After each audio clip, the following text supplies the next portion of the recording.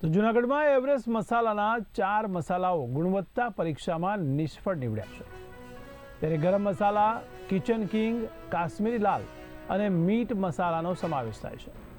ત્યારે પરીક્ષણમાં તેમને બેક્ટેરિયા મળી આવ્યા છે, તો કેટલાક જંતુનાશકોના પણ અંશ મળી આવ્યા છે।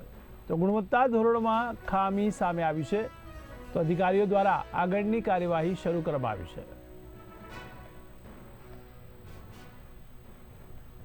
તો ગરમ મસાલા, કિચન કિંગ મસાલા, કાશ્મીરી લાલ અને મીટ મસાલા જેવા મસાલાઓ ગુણવત્તા પરીક્ષણમાં નિષ્ફળ નીવડ્યા છે। ત્યારે જૂનાગઢમાં એવરેસ્ટ મસાલાના આ 4 મસાલાઓ ગુણવત્તા પરીક્ષણમાં નિષ્ફળ નીવડ્યા છે।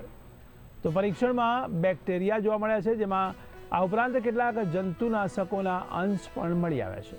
ત્યારે ગુણવત્તા ધોરણોમાં ખામી સામે આવી છે, જો કે અધિકારીઓ દ્વારા આગળની કાર્યવાહી શરૂ કરવામાં આવી છે।